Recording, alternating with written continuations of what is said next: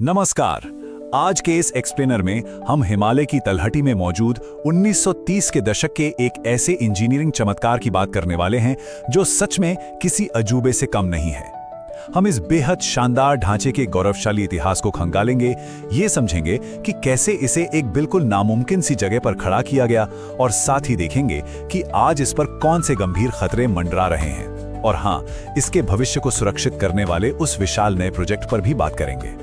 चलिए सीधे मुद्दे पर आते हैं। जरा सोचिए, 1930 के दशक का वो दौर जब ना तो आज की तरह विशाल क्रेन थी, ना कंप्यूटर सिमुलेशन और ना ही कोई एडवांस मशीनें। उस वक्त इंजीनियरों के सामने एक ऐसी चुनौती थी जो लगभग असंभव थी।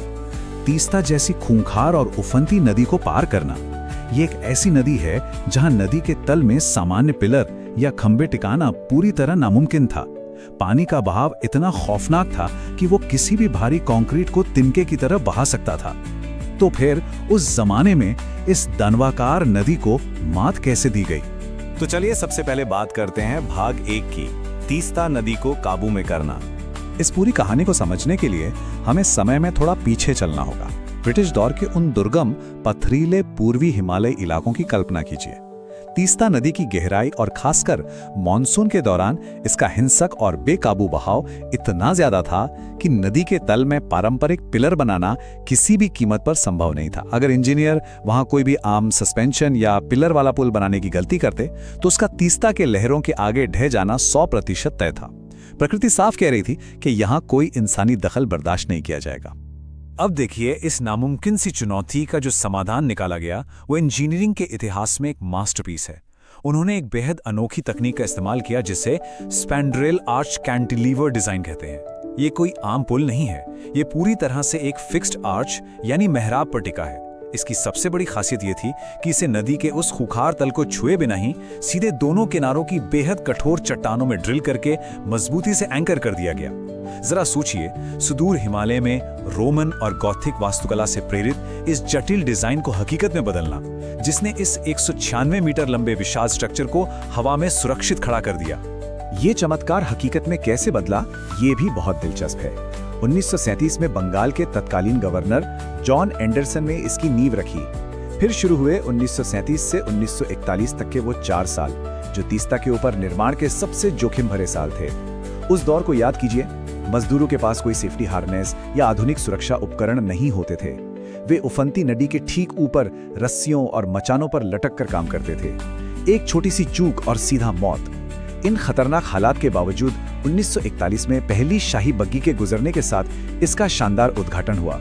और कमाल की बात यह है कि उस सीमित तकनीक वाले दौर में भी इसे पूरे 100 साल तक टिके रहने के लिए डिजाइन किया गया था। अब आते हैं भाग 2 पर, बाघ और शाही संबंध। इंजीनियरिंग से थोड़ा आगे बढ़कर इसके शाही इतिहास को देखते हैं। आपको जानकर हैरानी होगी कि उस जमाने में इस पुल को बनाने में 6 लाख रुपए की भारी भरकम लागत आई थी। आज शायद ये रकम छोटी लगे, लेकिन 1930 के दशक में ये एक खजाना था। इसे कोरोनेशन ब्रिज नाम दिया गया। 1937 में किंग जॉर्ज 6 और क्वीन एलिजाबेथ के राज्याभिषेक यानी कोरोनेशन की याद में। ये सिर्फ एक पुल नहीं था, बल्कि दार्जिलिंग जैसी अहम ग्रीष्मकालीन राजधानी को मैदानी इलाकों से जोड़ने वाली सबसे बड़ी लाइफलाइन बन गया था। वैसे इस पुल से जुड़ी एक बहुत ही मजेदार कहानी भी है। अगर आप वहां के किसी लोकल इंसान से पूछेंगे ना, तो वो इसे कोरोनेशन ब्रिज नहीं बल्कि बाघ पुल यानी टाइगर ब्रिज कहेंगे। ऐसा इसलिए क्योंकि इसके दोनों प्रवेश द्वारों पर बड़ी बड़ी मूर्तियां बनी हैं। लेकिन सबसे मजे की बात यह है कि अगर आप उन मूर्तियों को ध्यान से देखेंगे तो वो बाघ की नहीं, शेरों की मूर्तियां हैं। एक साधारण सी गलतफहमी ने इस शाही ढांचे को इसका सबसे प्यारा और मशहूर स्थानीय नाम दे दिया। इस महाकाव्य जैसे प्रोजेक्ट के पीछे असल दिमाग किसका था? ये सिर्फ किसी एक इंसान का कमाल नहीं था, बल्कि एक ऐतिहासिक टीम वर्क था। दार्जिलिंग PWD के British executive engineer John chambers ने इसका नेतृत्व किया। लेकिन असली जादू 3 बेहद प्रतिभाशाली Bengali architects AC Dutt, SK Ghosh और KP रॉय का था, जिन्होंने इस डिजाइन की कल्पना की। ब्रिटिश नेतृत्व और भारतीय टैलेंट का क्या शानदार संगम था। और अंत में बॉम्बे के मशहूर ठेकेदार JC गैमन ने अपने अनुभव से इस जटिल सपने को जमीन पर उतार दिया। चलिए अब बढ़ते हैं भाग 3 की तरफ, ताज में दरारें। इतने शानदार इतिहास के बाद हमें आज की कड़वी सच्चाई का सामना भी करना होगा। जब 1937 में इसका डिजाइन बना था, तब उम्मीद थी कि यहाँ से रोजाना मुश्किल से 100 वाहन गुजरेंगे और अधिकतम 12 टन का वजन पड़ेगा। उस वक्त के लिए ये बहुत था, लेकिन आज की वास्तविकता बिल्कुल अलग है। आज ये पुल नेशनल हाईवे 10 और 17 का एक अहम हिस्सा है। हर दिन हजारों भारी कमर्शियल ट्रक और विशाल सैन्य वाहन इस पर से गुजरते हैं। 1930 के दशक के उस पुराने स्ट्रक्चर पर आज इतना भारी और असहनीय दबाव है जिसकी कल्पना भी नहीं की गई थी। और इसी बेहिसाब दबाव और समय की मार ने आखिर अपना असर दिखा ही दिया। 2011 में हिमालय क्षेत्र में 6.9 तीव्रता का एक भयंकर भूकंप आया, जिसने इस बुजुर्ग होते ढांचे को अंदर तक हिला दिया। लेकिन असली डरावना पल 2020 में आया, जब जादवपुर यूनिवर्सिटी के एक्सपर्ट्स ने जांच के दौरान इसके मुख्य आर्च में पूरे 2.5 फीट की एक दरार देखी। ये कोई मामूली क्रैक नहीं था, ये एक तरह से पुल की रीढ़ की हड्डी में फ्रैक्चर था। स्थिति इतनी गंभीर हो गई कि किसी भी बड़े हादसे को टालने के लिए अधिकारियों ने तुरंत 10 टन से भारी सभी वाहनों की एंट्री पर पूरी तरह से बैन लगा दिया। और यहीं से शुरुआत होती है हमारे भाग 4 की एक नया भविष्य। इस जर्जर हो चुकी जीवन रेखा को बचाने के लिए कुछ बहुत बड़ा करने की जरूरत थी, और इसका समाधान एक बहुत बड़े आंकड़े के रूप में सामने आया, 1190 करोड़ रुपए। जी हां, केंद्र सरकार द्वारा पास किया गया और national highway authority of India द्वारा मैनेज किया जाने वाला ये विशाल बजट इस पूरे संकट का सबसे बड़ा और अंतिम समाधान लेकर आया है। इस भारी भरकम बजट से जो तैयार होगा वो बिल्कुल नए लेवल की इंजीनियरिंग होगी। एक बिल्कुल नया 14 मीटर चौड़ा और 4 लेन का विशाल समानांतर पुल। पुराने संकरे पुल के मुकाबले ये एक बिल्कुल नया महाकाव्य होगा।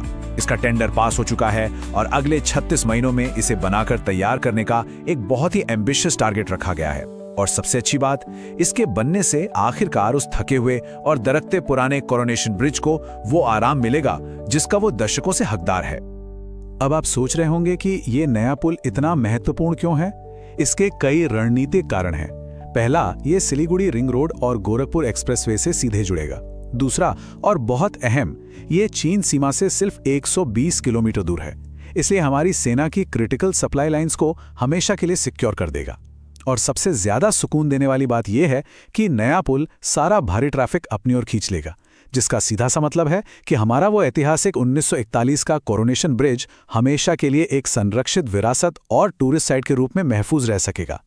तो इस पूरे सफर को देखने के बाद एक बहुत गहरा सवाल मन में आता है।